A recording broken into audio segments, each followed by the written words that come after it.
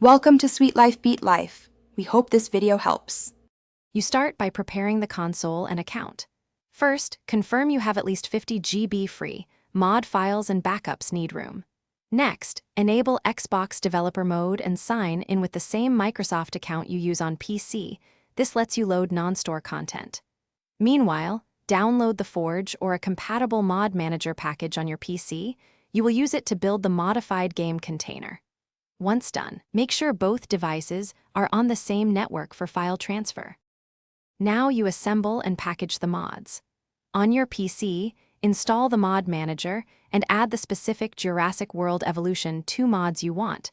Prioritize compatibility with your game version. Use the developer tools to build an apps or container that includes the original game files plus your mods, signing it for sideloading. Once the package is built, transfer it to your Xbox, either over the local network using the device portal or by copying via USB. Make sure checksums match to avoid corrupt and finish by installing and validating the modded build. Sideload the packaged app into Xbox Developer Mode and run the installation. Reboot the console if the installer requests it. Once installed, launch Jurassic World Evolution 2 and load a test save to confirm assets and functionality. Observe performance and mod behavior.